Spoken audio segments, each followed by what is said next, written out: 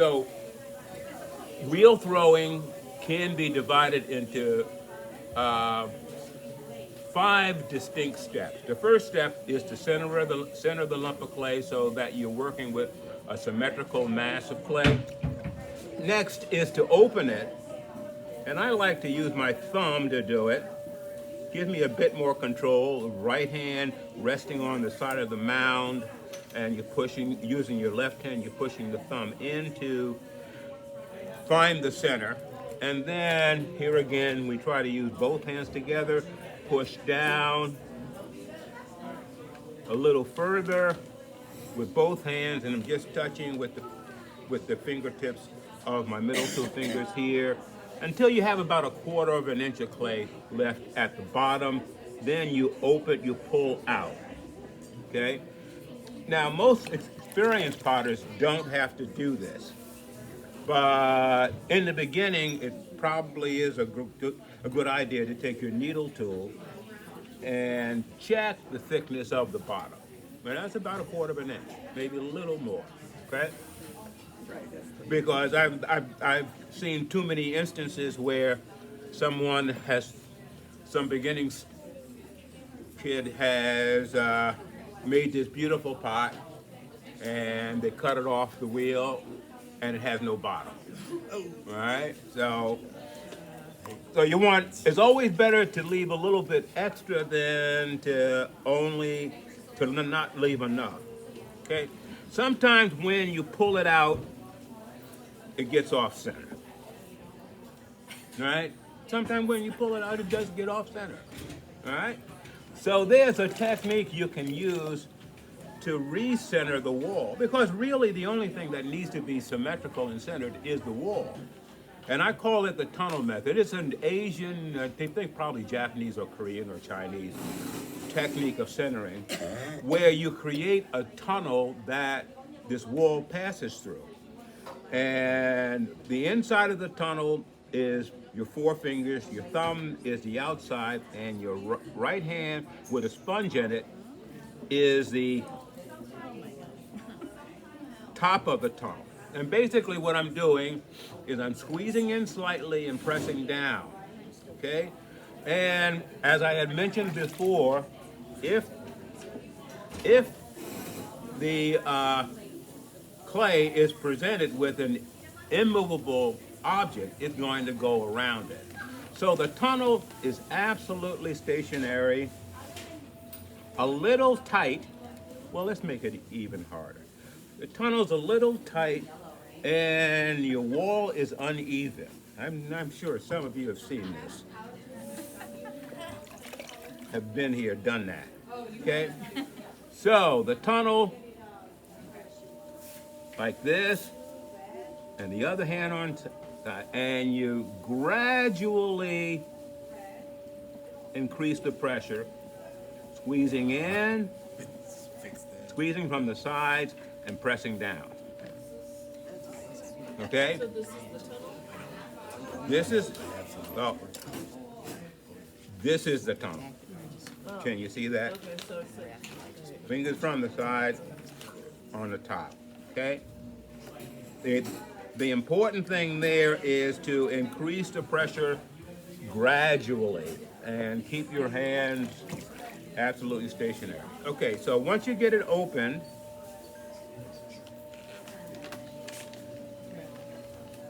you've completed the third step, or is it the second step of throwing. So now we've created a hollow form, okay? And so now what we want to do is but this hollow form has a wall that's super thick. And so what we want to do is we want to thin the walls out. And if you could think back to when you were learning how to cone the clay up, you're applying pressure from opposite sides and bringing your hands up. The same mechanics apply in this particular case, except one hand is on the inside, one hand is on the outside. You pinch, the pinch starts on the outside and then comes up, and when both hands are opposite each other, they go up in unison. gradually reducing the pressure as you get to the top because the wall will naturally get thinner. Okay, so some beginners, one of the things that their initial cylinders have is this little skirt of clay down at the bottom. A little skirt of clay down at the bottom. That's clay. That's clay that you'll never get into the wall. All right, but it also blocks you from getting to the clay that's at the very bottom of the wall. All right. So what I do is I just give myself a little toe hold here at the bottom with my thumb.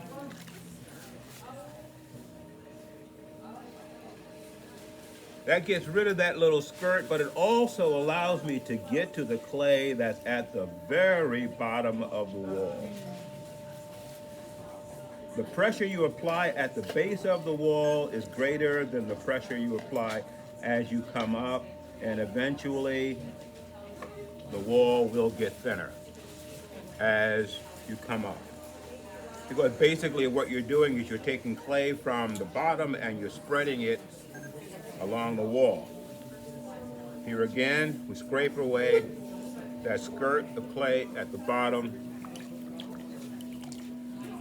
lubricate. One hand on the inside, one hand on the outside, very aggressive at the bottom, at the base, then gradually reducing the pressure as you come up. The speed at which you come up is related to a couple of things. And this particular step of the throwing process is probably the most difficult one to learn.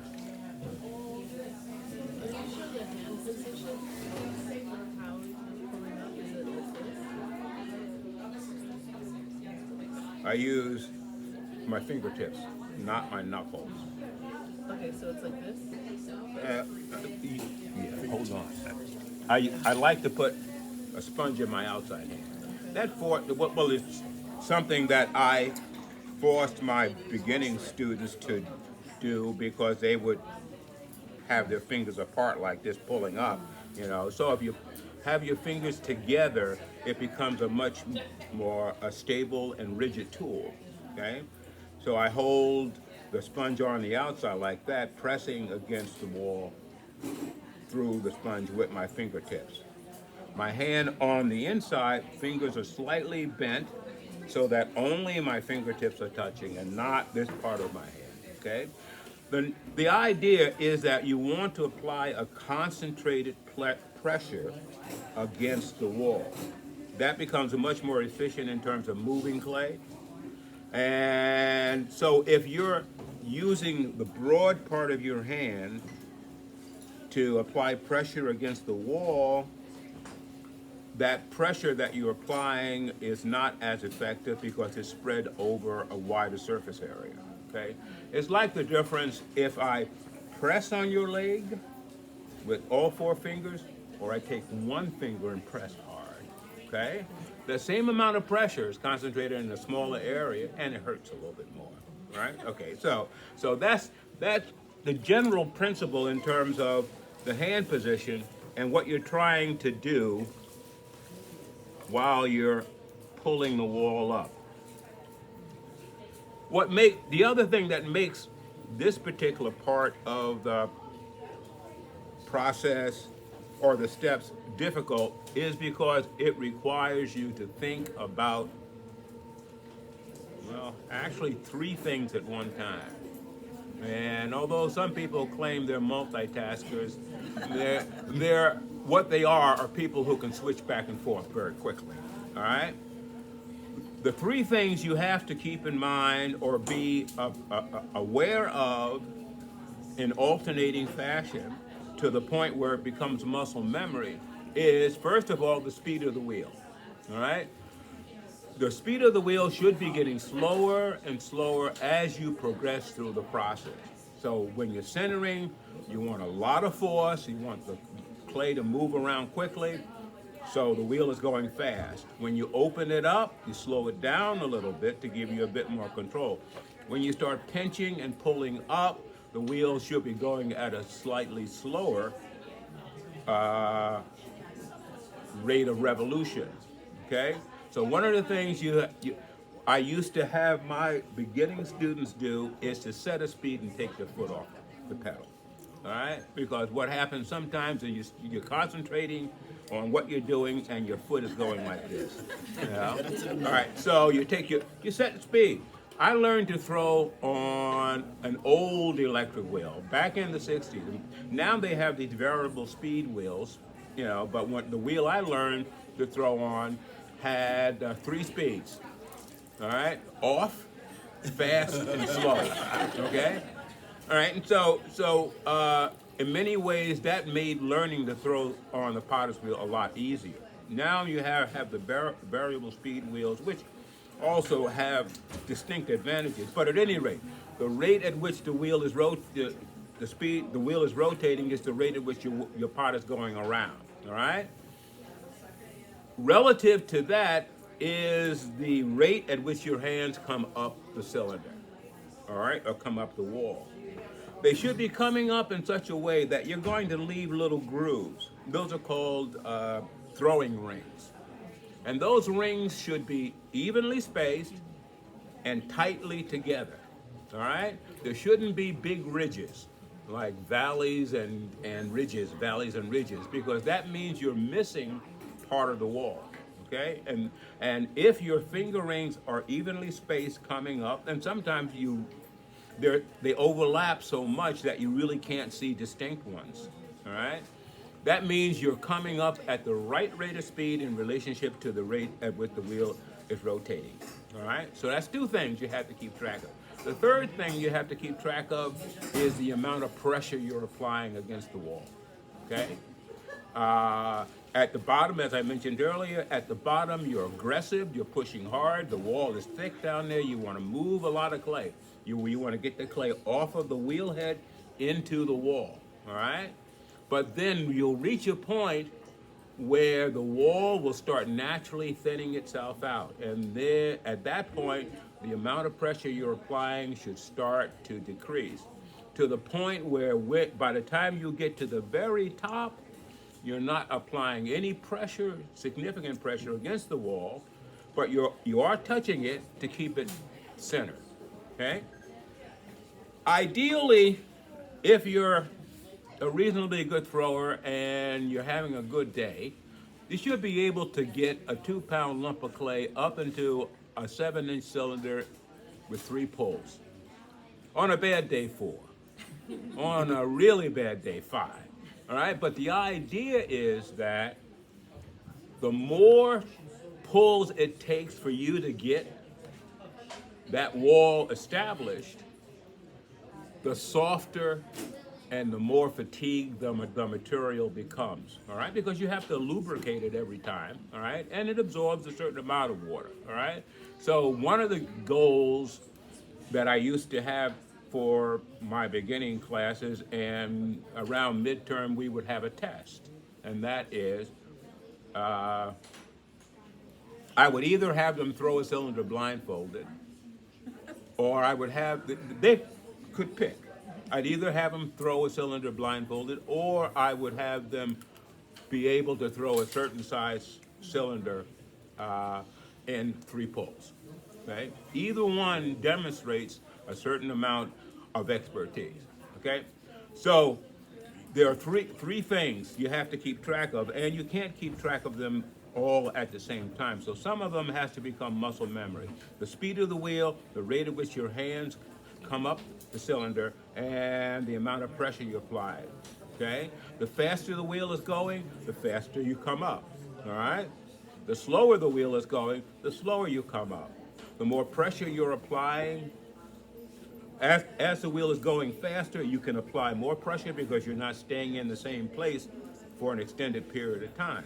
But as the wheel slows down, the amount of pressure you're applying should be adjusted. How it should be adjusted is something you have to figure out on your own. So now we have a cylinder. The cylinder is the basic wheel throwing form. And what I like to do is I like to take a rigid rib. I can take a rigid rib and rib the cylinder down for a couple of reasons. One of which is to make certain that the wall is in line, symmetrical. The other is that I like to decorate my pots. And so I don't want the distracting horizontal striation of the throwing rings. All right, so I want to get rid of that. All right, so now we're at what, number 4? Centering, opening, pulling the cylinder, shaping. All right? And the beauty of the wheel throwing process is that you can make thousands of different shapes. And basically, you're only doing one of two things. You're either pushing the clay out or you're squeezing it in. All right? So, if we want to make the traditional bulbous vase-like form, okay, we start out by bringing the top of the cylinder in. And you can decide what where you want that to start. And where that start is what becomes the shoulder of the pot. All right, and so you can squeeze it in by, I should lubricate it better.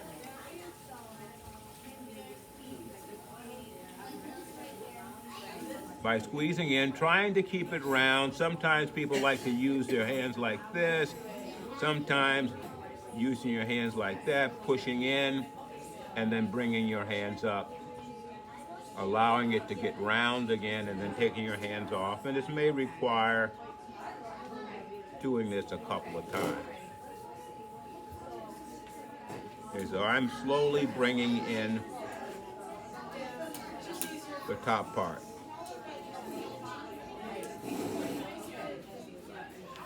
Okay, so now, and the reason why I want to do that now is because if I don't do it now and I start expanding the bottom, the lip will also have a tendency to go out as well, and then that means that I have to bring it that much further back in. So I want to keep this in. I only need an opening at the top long enough to fit my hand inside.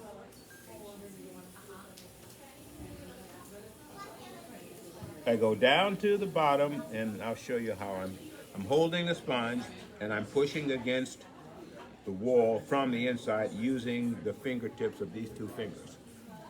Through the sponge? With the sponge. Okay, thank you. The sponge is my security blanket. What if you encounter, friction from the sponge? Actually, using the sponge means you have less tendency for the wall to dry out. But if it starts to stick, it's because the surface is not lubricated. So you take your hand out, wet your sponge, wet the wall, wet the wall, then go back down, all right? And just show you just briefly, I lubricate the wall. You want an even coating of water on the wall, all right? Some people like to saturate the sponge and just lay the sponge on the surface like that. All right, that gives you a minimum amount of lubrication. What I like to do is I like to saturate the sponge, hold it in the palm of my hand, and make like a little gun, all right? But I hold it vertically so that the water trickles down my finger. And I aim my finger at the lip of the pot. That means half the water goes inside, half the water goes outside. And so I go back down, push out. And you're not applying pressure from the outside. No. A lot of potters do, and they say it makes it stronger if you're compressing the wall as you're stretching it out. But for me, it's always kind of limited the kinds of bulbous shapes I can make. So can I ask a design question? when you're making that, where do you aim to be pushing out more? I mean, I always end up pushing out too much at the bottom. And Yeah, that's- yeah. That's a common mistake. All right. What do you aim for? Well, what you're looking for is not so much a point in space, but you're looking at an angle. All right. There's an angle that all potters learn through trial and error that has to develop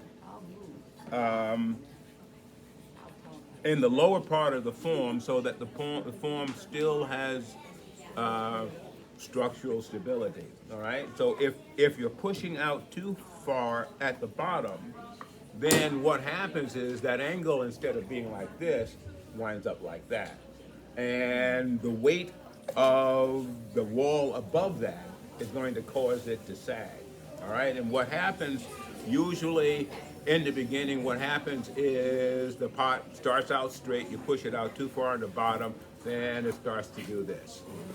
You know? So this is, looks like it's almost straight, but at an angle at the bottom. Yeah, right. And so the amount of force that I'm applying to expand the cylinder out is very little at the very bottom.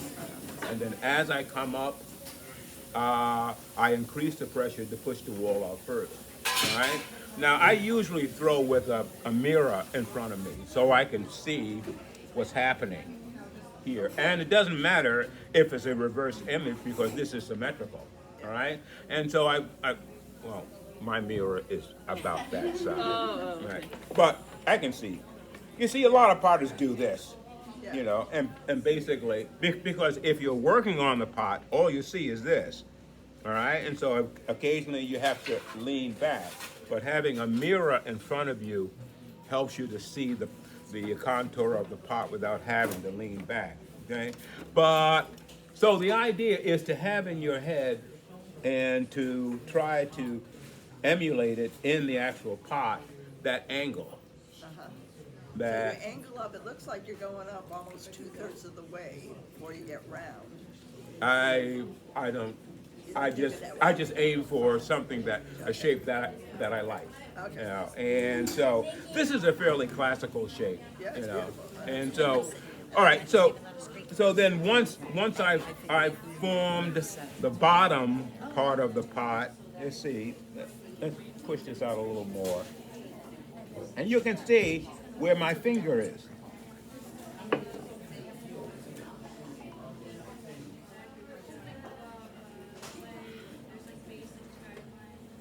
All right, so want to keep the shoulder at an angle as well. You don't want the shoulder to flatten down. And so now I finished the lower part of the pot. Now I concentrate on the top, make some kind of decision about what I want it to look like. I may want there to be a visual separation between the pot, the belly of the pot, and the neck. This is the stage where you're doing all the fussing stuff. And then maybe I might want the lip to be flared. And ribs come in handy in terms of doing that. And then maybe I want the lip to be at an angle, and then use a chamois to get rid of sharp edges. And then, let's see.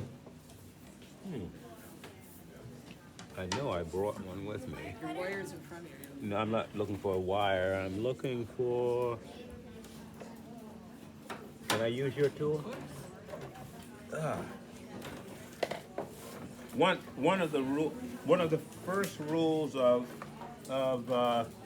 doing demos is you have to forget something. It doesn't matter what, you just have to forget something. Okay, so there's still a lot of clay down here that I don't need.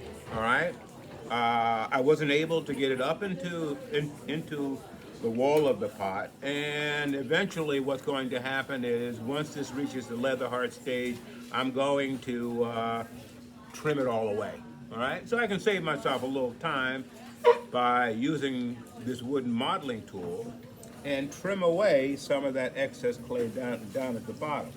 And so I'm holding the tool parallel to the surface of the pot. So if this is the surface of the pot, I'm holding the tool like this, okay? Not like that, not perpendicular, parallel to the side of the pot, okay? And I'm using, the inclination would be to use the sharp edge. You want to use the blunt side, okay?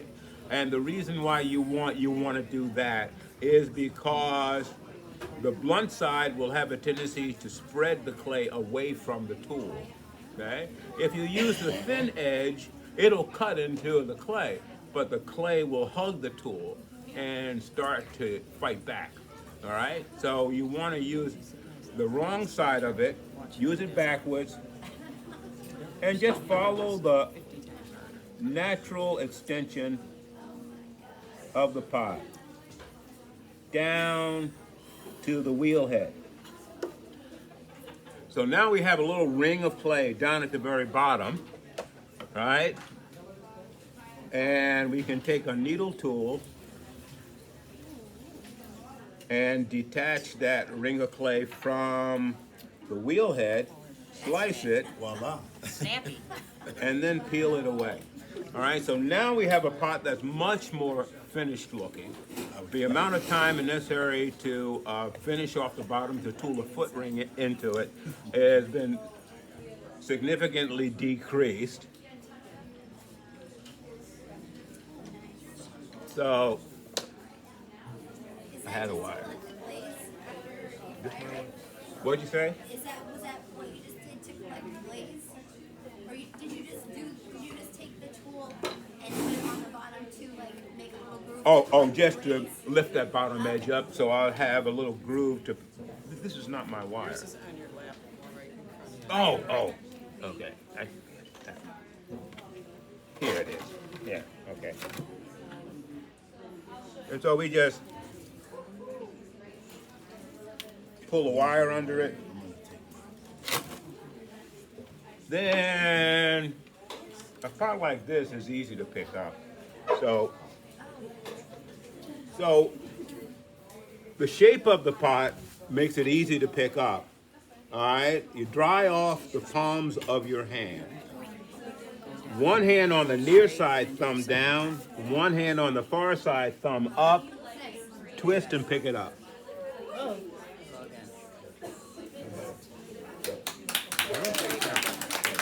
So vase. Thank you.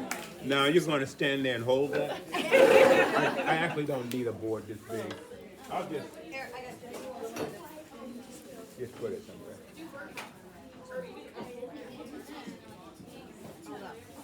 Okay. Well, You want to just put it on top of the just put it in the kiln? middle. Okay. All right. So, Very nice. picture. Pitcher and a bowl? Only one. I would like to see a wide, big bowl. A big bowl, Like a ramen bowl, like a ramen bowl. or Okay. All right. a wide bowl. I just had a bowl, yeah. I got smoked meal in my hand. One of the shapes that I enjoy throwing the most are bowls. As a matter of fact, I had an exhibition maybe about 15 years ago in one of the community colleges, and the title of the exhibition was Mostly Bowls, and the show was 100 different bowls. The bowl is a ubiquitous shape. You'll find it in any culture.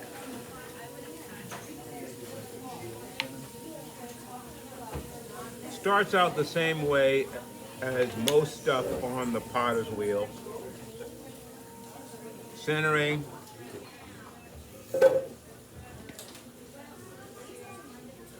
Opening.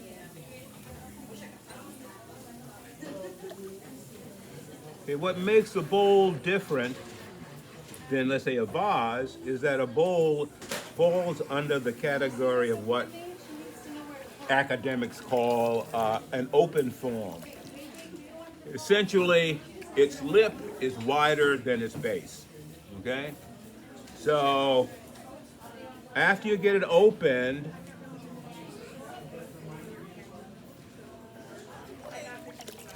we can center the wall the same way that we did with the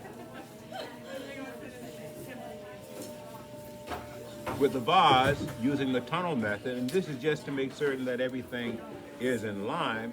But you can see what I've done with my thumb is I pushed in under the wall Right. to create a rudimentary bowl shape. And basically what I'm trying to do is get as much of this clay in the air as possible. And so now to throw the bowl, push in at the bottom, pull up, and instead of pulling straight up, you pull out. Sweet. Easy. Really sweet. And so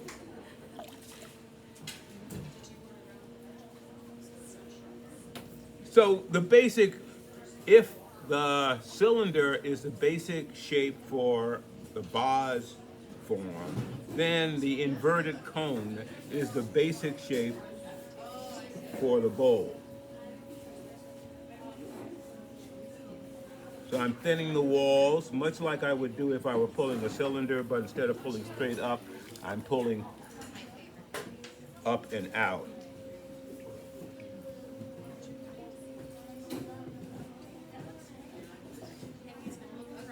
Get the wall to the thickness I want.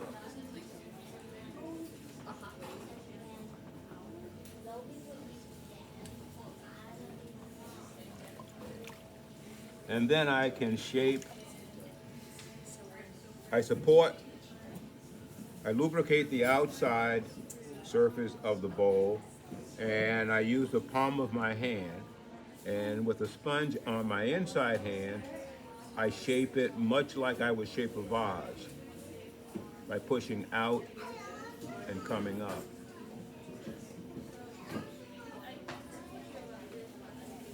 You go back down to the bottom.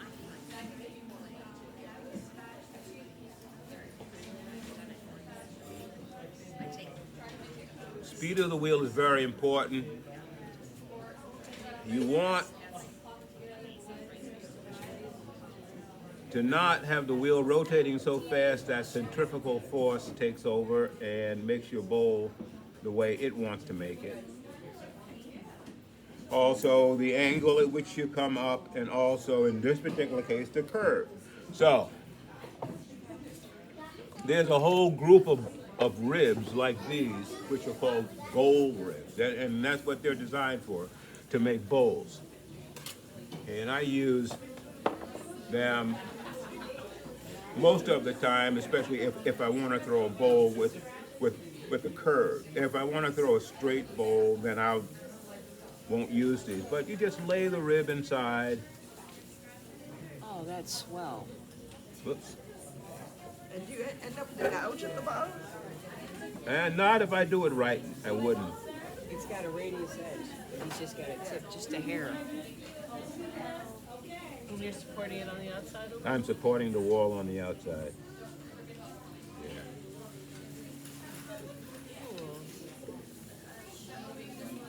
So you can, these ribs come in two sizes. This is the bigger of the two. Actually, the smaller one made from the same plastic is about this size, but this one happens to be metal. Okay, so then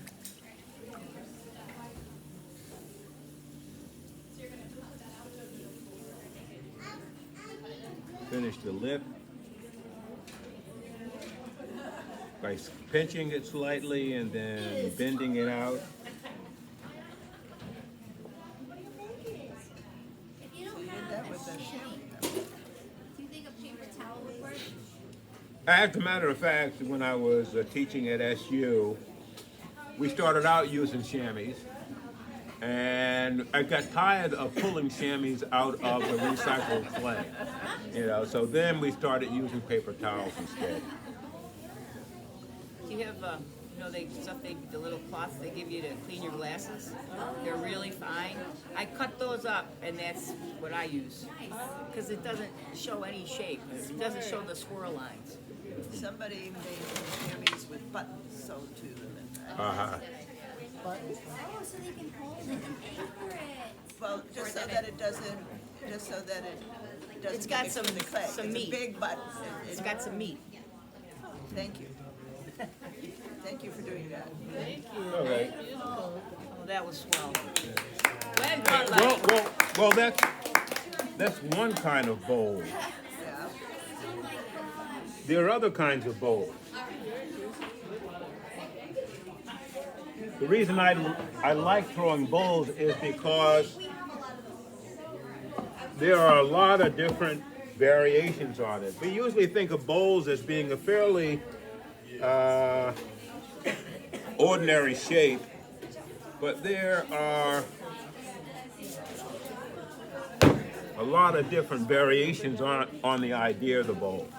That particular bowl that I just threw, I would call it, if I were to give it a personality, it would be a generous bowl.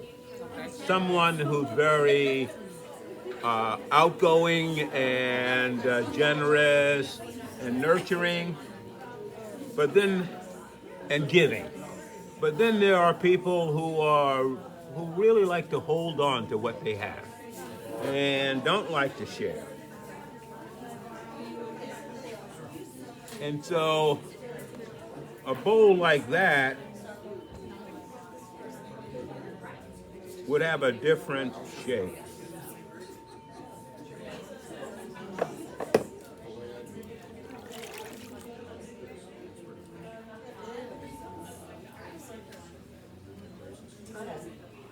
How many pounds are your lumps?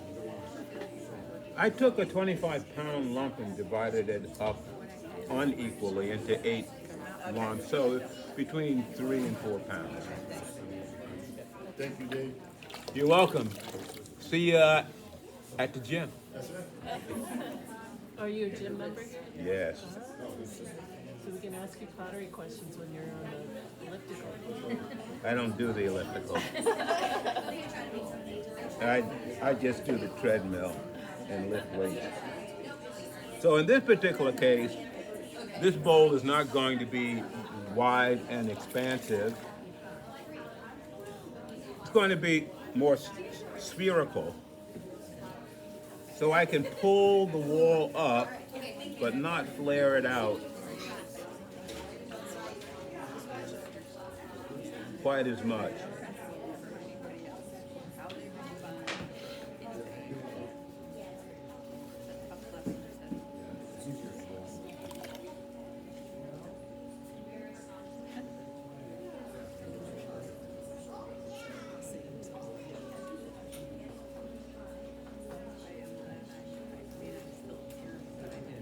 Boy, that is slick.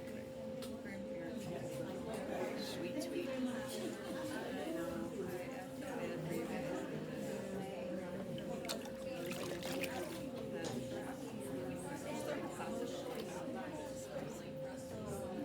Then I can shape it.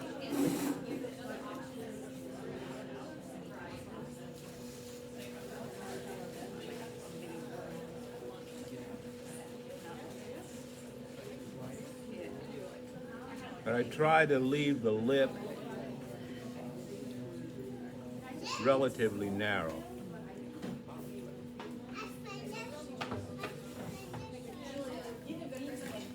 Narrow in diameter, I should say.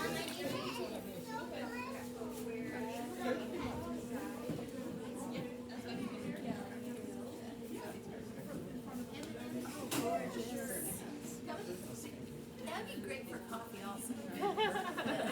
You're great for what? Coffee. That's my size coffee. Put a big mug on, put a big handle on that. Put a big handle on it. I thought I was a coffee drinker. Maybe wine. It looks like a giant espresso cup, doesn't it?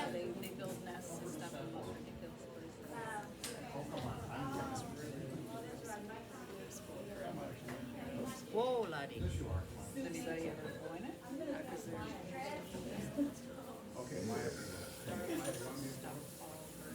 Now, when it starts to wobble like this, you know how to stop it? I'll show you.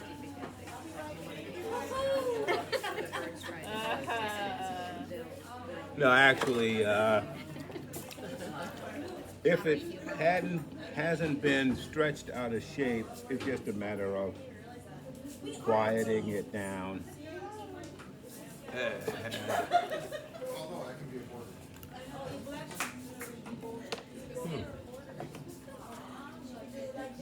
So that sort of has a wider V at the bottom than a base does. A wider base. Yeah, a wide, and the V is sort of more, Yeah, right. But it's still within that range yeah, and where it's a V, it's not going to collapse. yeah. I thought I brought. Can I borrow your flexible metal rig? Sure.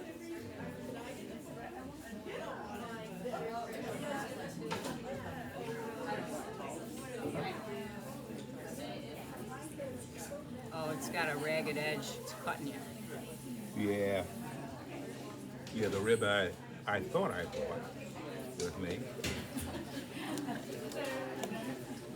Oh, yeah, this is the one that. Thank you. Yours has a curve on it.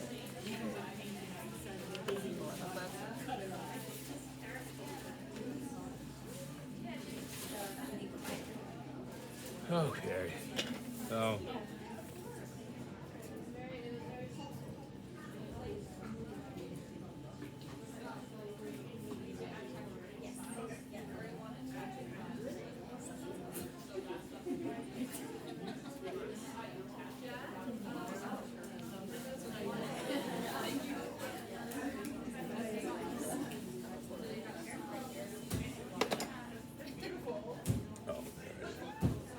Make sure you get your tool back.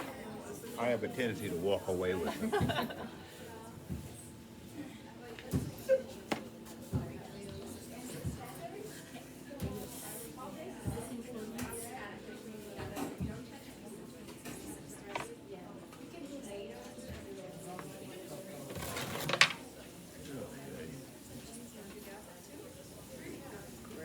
Picture. Picture. Okay. And you just want a tutorial on making a spout, right? Or It's the spout, it's the design of the whole top. well, there are a lot of different variations on making the spout Yeah. for a pitcher. Let's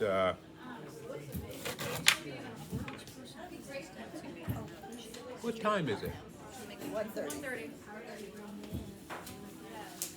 Time flies when you're having fun. Huh? Time flies when you're having fun. What'd you say? Time flies when you're having fun. Oh, when you're having fun. Okay, yeah, right. I was like, wait, is this a line? And she talks like my daughter. Fast. Time flies when you're making pots. That's the truth. That's the New York City. I'm sorry. We talk loud and fast. Okay, so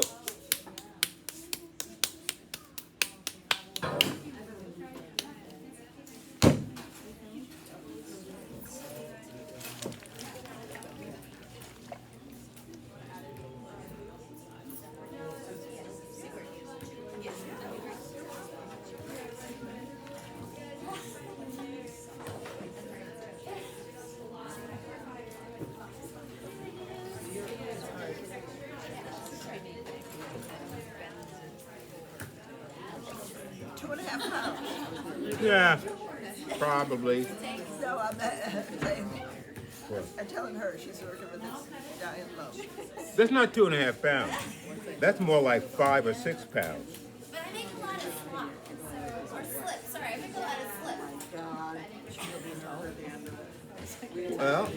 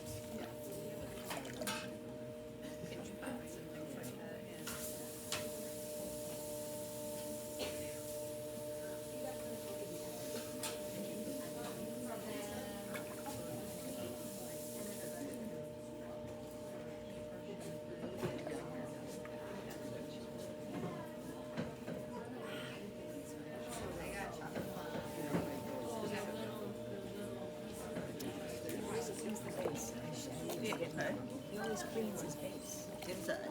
No, out on the outside. outside. He keeps checking. Yeah. I should do that more often. Right, it makes a difference. I can tell now by watching somebody write it personally. It's funny.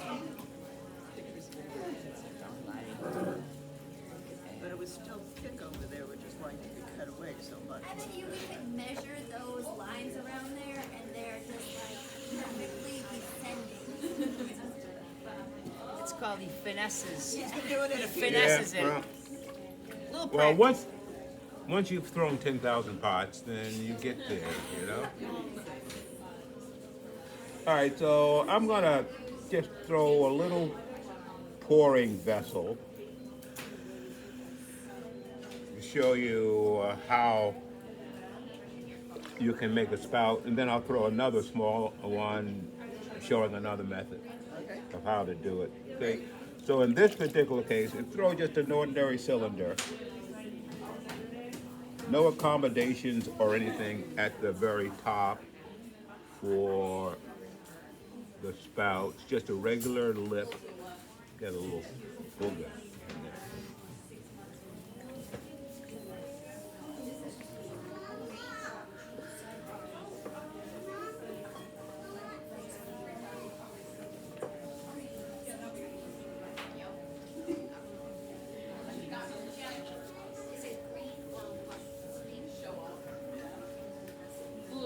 Is that diameter opening too large to collar and have a closed form? You want me to throw a bottle? No, I'm just curious if, like, how far can you go before you really have to start collaring it in to have a closed form? Completely closed? Yeah.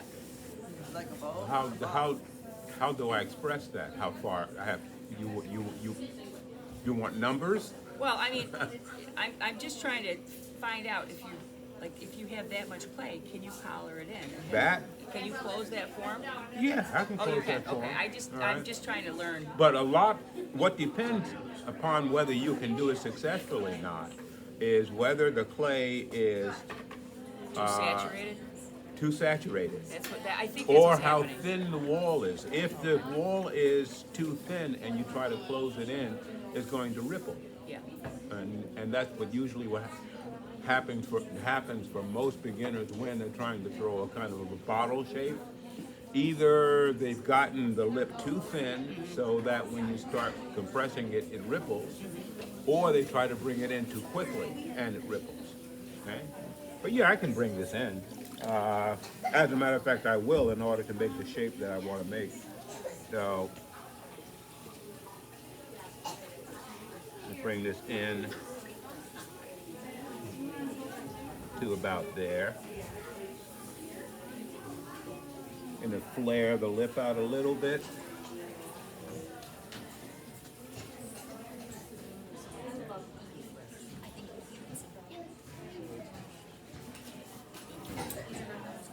It's okay, I'm just, no, it's perfectly fine.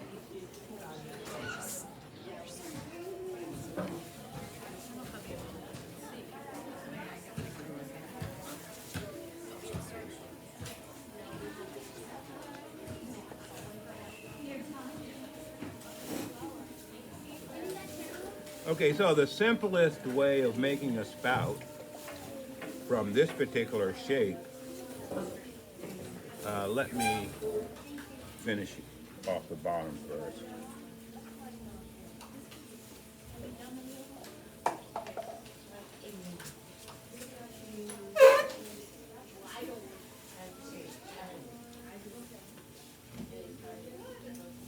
Sweet.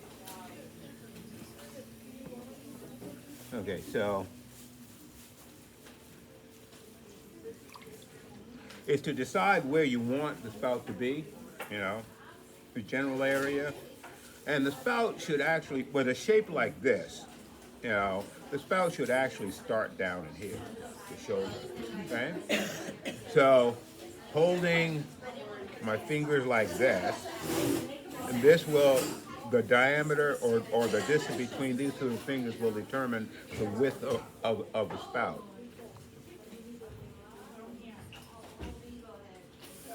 Then you bring your hands up. Lovely.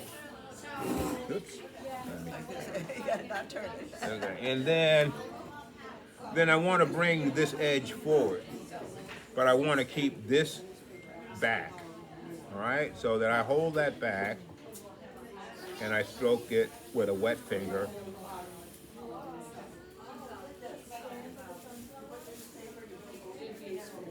I stroke it forward. So there's the two stages. First, you start way First, you down start low. down here to form a channel. Yeah. Basically, you're forming a channel. All the way up there. Yeah, And that's- go all the way up to the lip. What will happen is that when you get up here, the lip will fold in, forming this shape.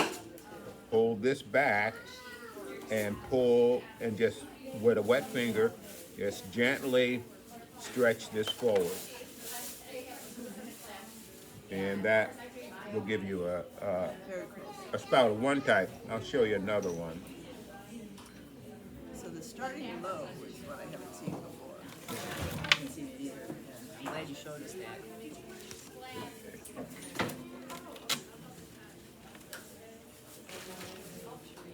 Put it up here. You got your. Yeah. Okay. The problem with this is figuring out a way of tooling a foot ring on it. Is what, pardon? Tooling a foot ring. Do you use foam? Yeah. See the foam? Yeah. They're like little foam bags. Because now the lip is no longer level. Right. All right. Right, yeah. Another way of making a spout, you could also throw it so you don't have to tool it.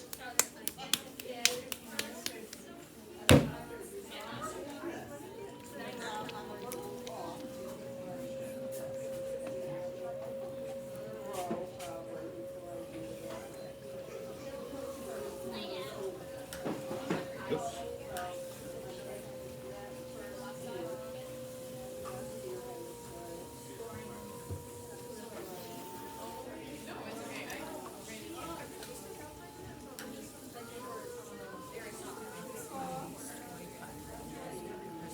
Oh, yeah.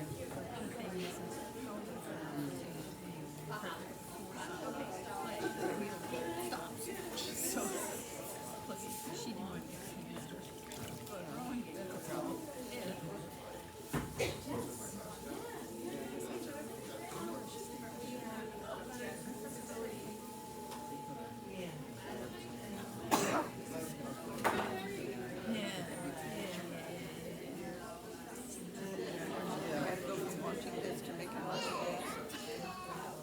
Say that again.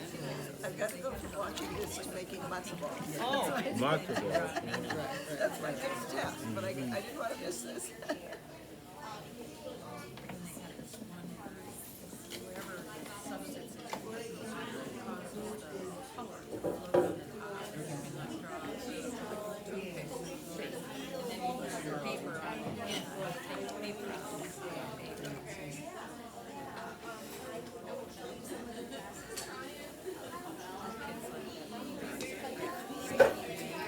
Sometimes I think she does so much of it in school, it's like when she comes to my house, she wants to Whoops. Thought the bat was a little loose.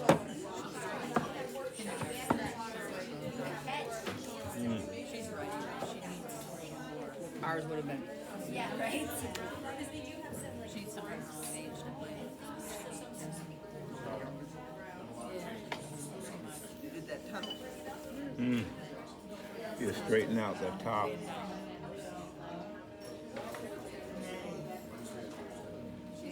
Okay, in this particular case, we want to leave the lip thickish, a little on the thick side.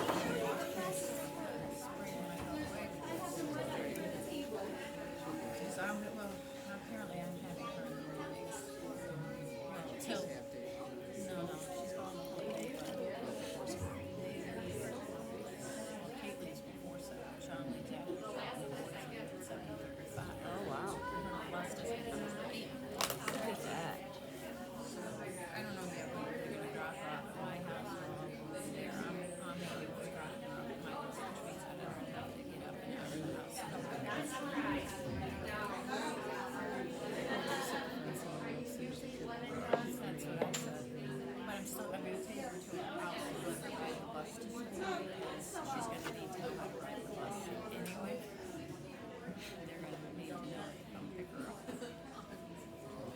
Want to keep this neck straight.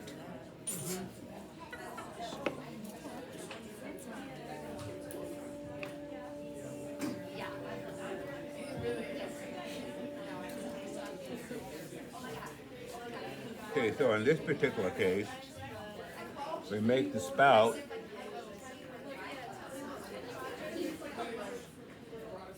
by holding your fingers like this, squeezing and pulling up.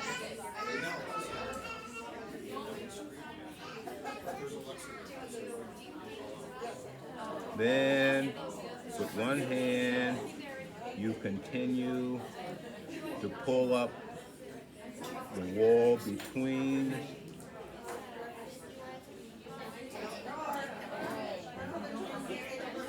the 2 points. Basically, what you're doing is you're trying to get a leading edge for the spout.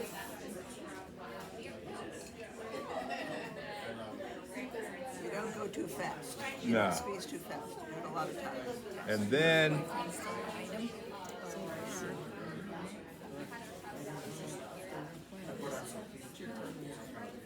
So you pull it up, not out. Oh, that's nice. and so that's, you can fuss with it a little bit.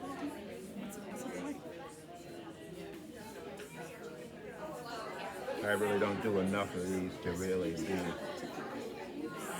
an expert, but this is the idea. That creates a spout. And so what, basically by pulling up this wall, you make it in this area higher, so when you bring it forward, it sticks out further. And He's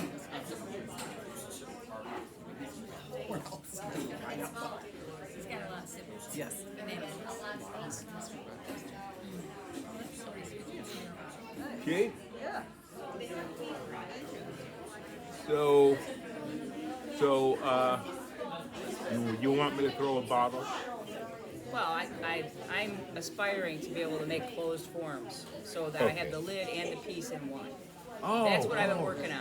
Oh, And I've been able to do it on small ones, but I can't master getting on a bigger one. It's the closing that's the how Well, big? I think I'm saturating my clay too much. Because I'm watching you, and you're just, you use the end of a sponge. You don't just grab it, slap it in. So I think I'm saturating my pieces, and they're losing their structural integrity. You're That's what's using too happening. much water. You Well, think? I think that's it. I go to school on you and just take a little sponge and use that. Well, is there anything else anybody wants to see? Could you tell us a little bit about your career and what collections you're in? And Oh, what collections I'm in. so many you could count? Half of them I don't know. Oh, okay. Half of them I don't know because the work is purchased through galleries.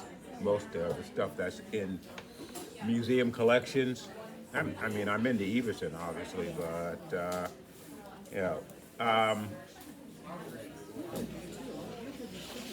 I grew up in northern New Jersey. I am the third oldest in a family of 9 children, 8 boys and 1 girl. The girl was number 4. What? Where in New Jersey?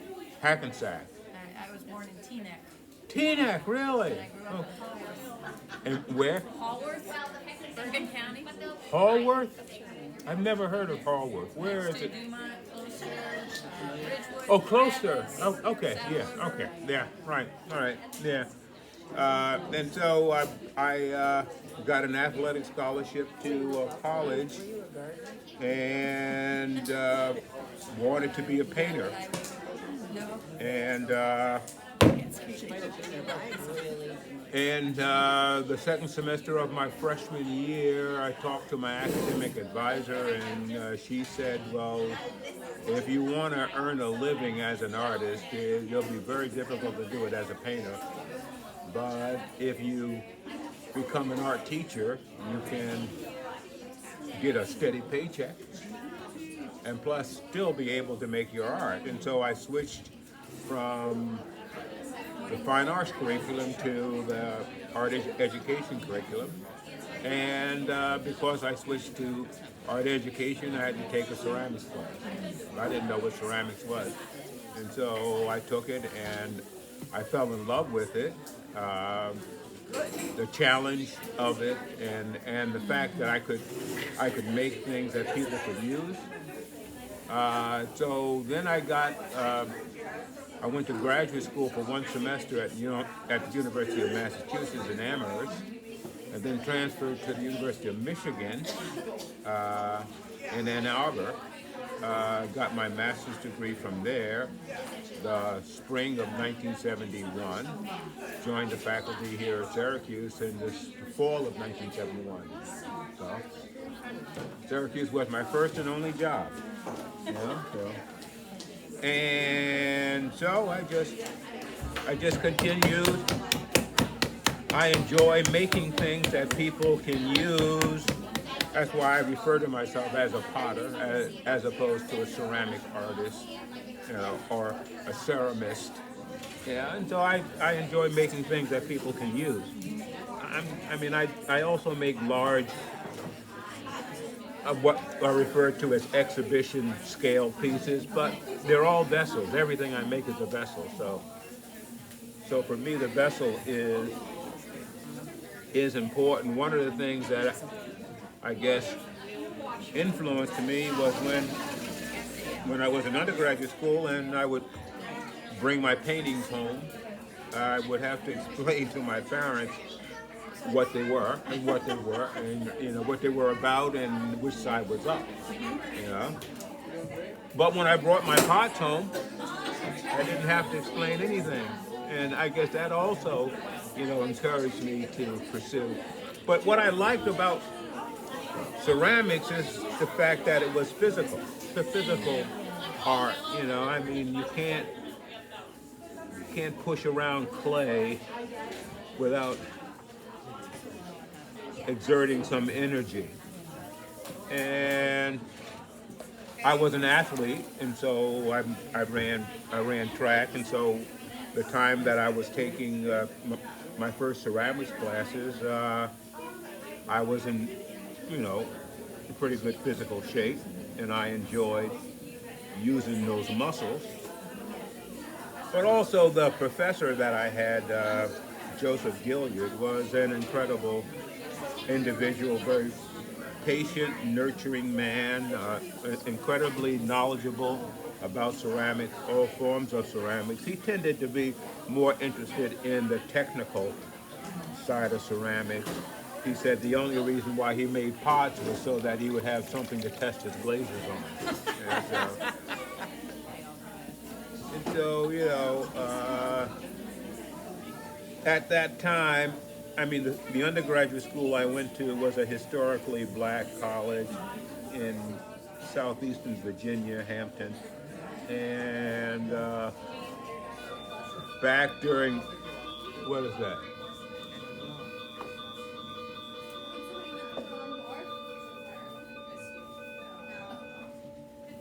Oh. Are they telling me my time's up? Well, at the time, most of the kids in the arts department weren't very interested in ceramics. They were more interested in painting and drawing and stuff like that. So when I expressed an interest or displayed an interest in ceramics, Mr. Gilliard just kind of latched onto me. And I was able to, this bat is too loose. I was able to really take advantage of having kind of unfettered access to his brain. And he was glad to share all that stuff with me as well. Is that mostly a technical college, Hampton? No. It started out as a trade school to train the recently freed slaves and and Native Americans. It eventually, by the time I enrolled there, it was founded in 1868.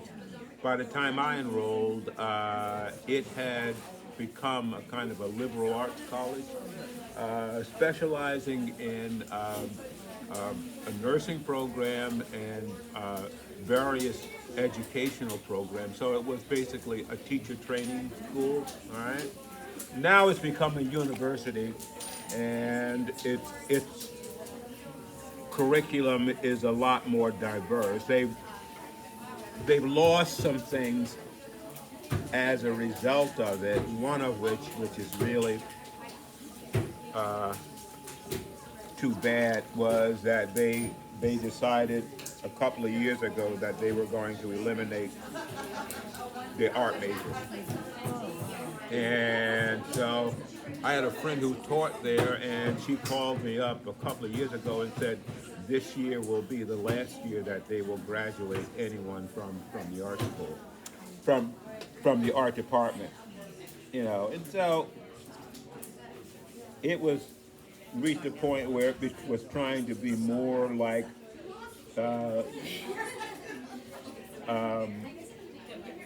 white schools, you know, more liberal arts and business orientated programs and computer sciences.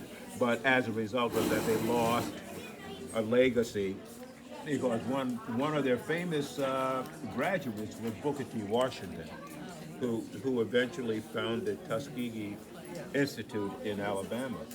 Didn't one of the women from Hidden Figures graduate from there? Yeah, right. I mean, that particular area is where the school was located, in Hampton Roads. And Langley Air Force Base is where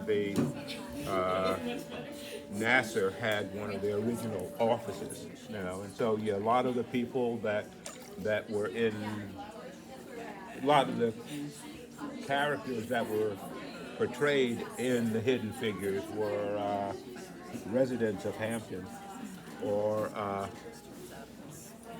enrolled in Hampton. Got an air bubble. Oh, yeah. There. Yep. You see it? Yep.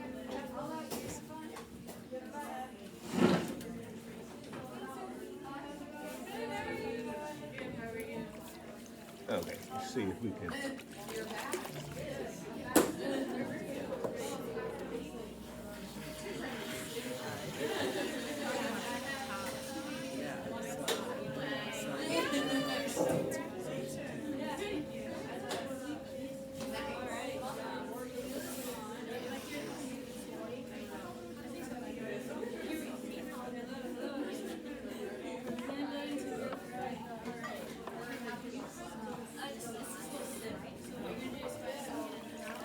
These are, although all wheels do the same thing, and that is go round and round, these are different than the wheels I have in my workshop at home.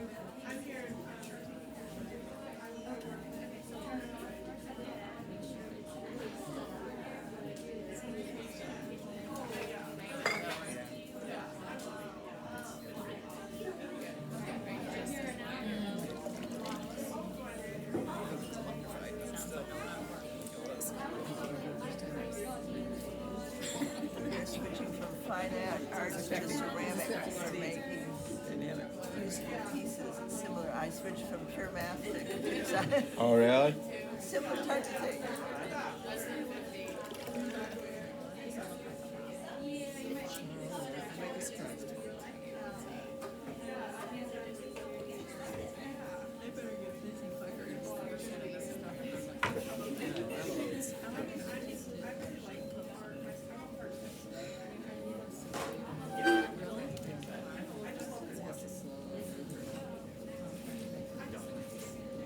Oh, wow. You just use your fingers. That's impressive.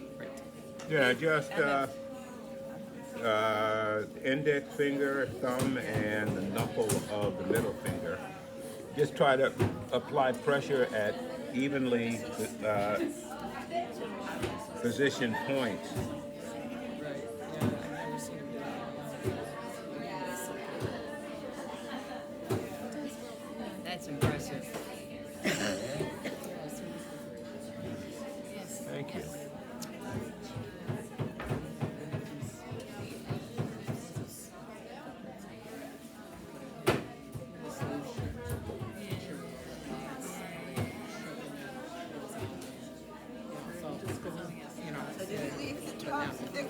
would be more to pull, or did it just get thicker from when you coned it? As you choke it in, the wall gets thicker. But there's an air pocket. This is where the air pocket was, and so it's probably going to be a problem. It's right. The air pocket was right there. Yeah, I can see it.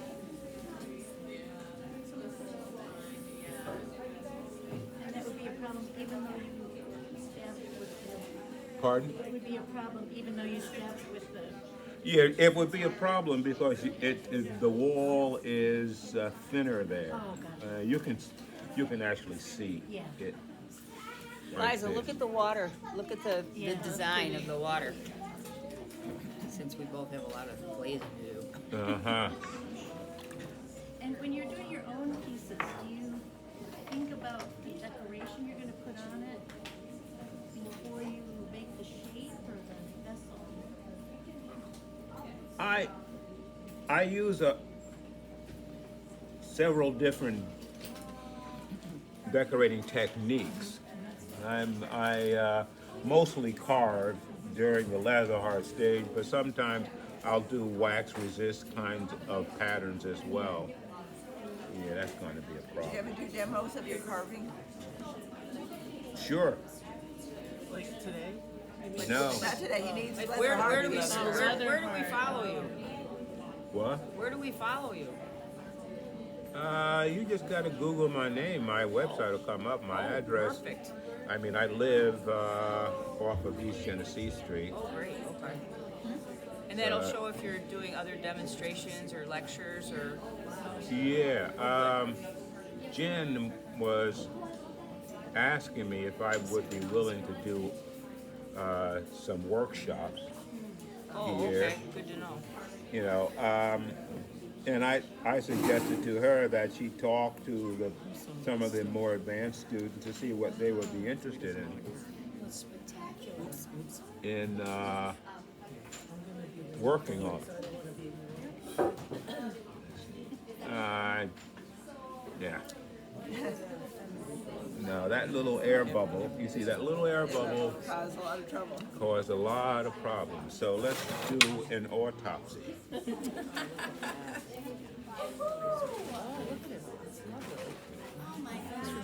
Wall thickness. So, I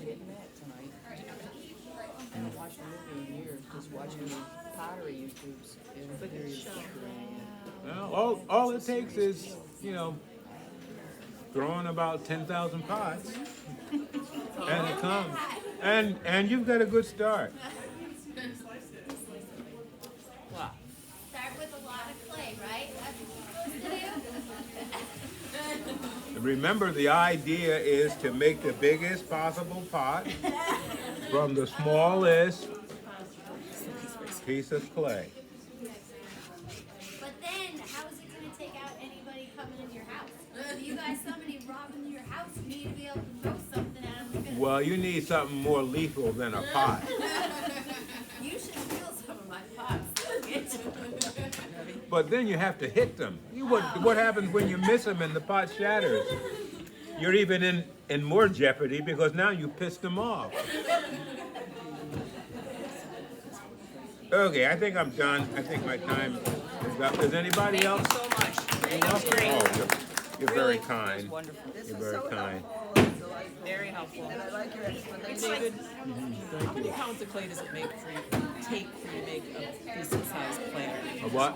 If you're making a decent sized platter, how many pounds? For my platters? Yeah, how many pounds of clay do you need? Oh, probably about 25 to 30 pounds. You're talking about a plate like Yeah. that. Yeah, fine.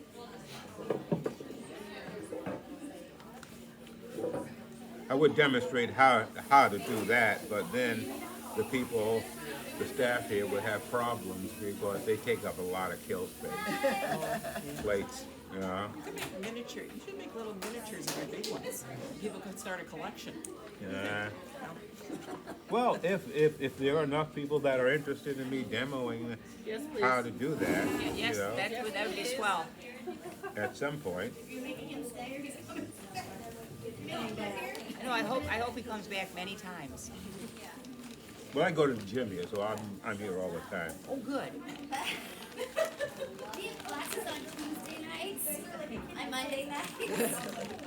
No, I don't do that. So you come in, you know, speak a little 20-minute lecture, teach you something. Or you could come to my studio. Oh, well. I have this policy, although no one is, last year I said this and no one came, but I have this policy that if you come to my studio for the first time, I gift you with a cup. A free cup, like the cups that are being raffled off. Nobody came? No one came. You never told me that. Maria and I will be there. Where is your Well, you weren't here. What? Where is your studio? Oh, that's the trick. Yeah, you. I'm not telling you. You can't get Yeah. there from here. It's 113 Clare Road. You know where the Temple Bethel, what used to be the Temple Bethel? Yep. There's a traffic light there. Yep. Okay, so if you're coming from DeWitt, you turn right into it. If you're coming from Syracuse, you turn left. That's Carlton Drive. Clare Road is the second right. It's only 1 block long. All right, and my house is the sixth house on the left side, 113. So you're near DeForest Drive, right? I'm over a couple of blocks. Okay, I just, Yeah, right, I just yeah. know the neighborhood because Yeah. that's where I used to live. Oh, really? Okay. And so you Yeah. have a studio in your house, No, I have a studio on my property. on your property. It's Okay. not in my house. Okay, and when can one go and see it? Oh, you can go anytime to see it. I may not be there, you know, but you can go anytime to see it. I don't lock it. But the other thing, if you want to visit me, then you should call Okay. me and ask me when I'm going to be around. Perfect. Okay? David, can we get a photo? Sure, any photo. That's really nice. Did you Cool. want, so this is our marketing Thank you. team. Oh, of course, you're welcome. This is our marketing team from the Y, and I'd like to get a photo. So I don't know if you want me standing or just while you're sitting, or Either way, would you whatever envision? works. You want me out of the way? Yeah, no problem. I had prime viewing spots. And Yeah, no, you're And I borrowed this one too as well. Does that work for you? Didn't I? Yeah, okay, thank you. Yeah, sure. It's not mine, it's the studio. Oh, okay. Hi, I'm Well, then I Audrey. could have kept it, right? Hi. It's nice to meet you. Oh, nice to I'm meet Audrey. you, John. Nice to meet you. Thank you. Yeah, Thank if you. We can get a quick picture really quick. So what do you want me to do? If you want, would you be able to, if you want, you could hold one of the things you made and then we can take a picture. Maybe that would be. Oh, I can hold it. Oh, okay. Oh, yeah, if it's okay. Thank you so much. Smile. 1, 2, 3. Thank you so much. You're welcome. So I'd like 1 8x10, 5x6 glossy. I can do that. Thank you so much. You're welcome. Thank you. You're welcome. You're Very welcome. enlightening. Well, I tend to rattle on at No, times. it's fascinating. We like the rattling. I've never heard the 50% Rattle away. of the madness.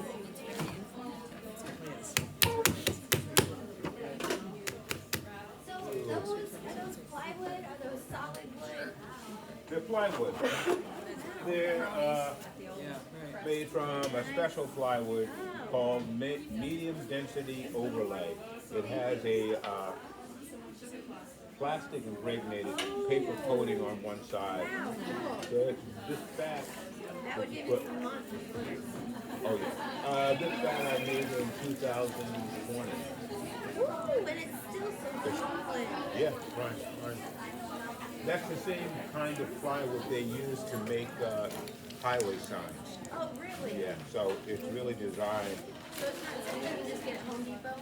No, you might be able to special order it at Home Depot, but there's a place called Little Falls Lumber on North Midland Avenue. North Midland.